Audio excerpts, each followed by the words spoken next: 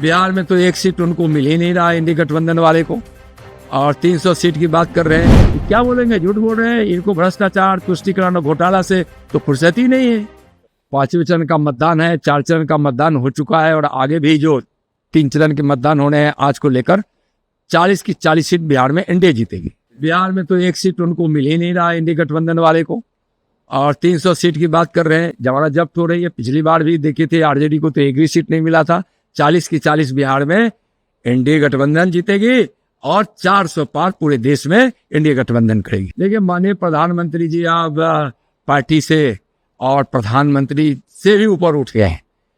लोग उनको इतना चाहने लगे हैं कि उनके हर कार्यक्रमों की तैयारी वहां की जनता करने लगती है, और लोग सौभाग्यशाली मानते हैं कि हम जरा अपने प्रधानमंत्री जी के सामने हो, उनको देखे। और अद्भुत तैयारी, जहां भी जाते हैं अद्भुत तैयारी लोग करते हैं, और उनका बड़ा असर होता है उनके नाम का और काम का, और उनके इस जस का बहुत प्रभाव है लोगों पर। झूठ बोलते हैं तेजस्वी जी।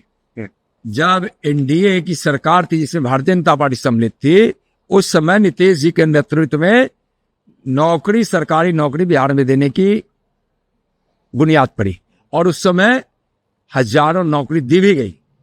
उसके बाद उसके आधार पर फिर नीतीश कुमार जी मुख्यमंत्री थे, भले तेजस्वी जी उसमें उप मुख्यमंत्री थे, तो मुख्यमंत्री नौकरी देते हैं कि उप मुख्यमंत्री देते हैं? आप तो जानते हैं सरकार नेतृत्व में चलती है, मुख्यमंत्री जी का नीतीश जी की सरकार थी, और उसमें जो नौकरी मिली है वो मिली है, लेकिन उनके कारण नहीं मिली है। और नौकरी 10 लाख नौकरी हमारे प्रधानमंत्री जी जो घोषित किए थे, केंद्र सरकार 10 लाख नौकरी दे चुकी, आगे भी बड़ी नौकरी वहां केंद्र सरकार देगी।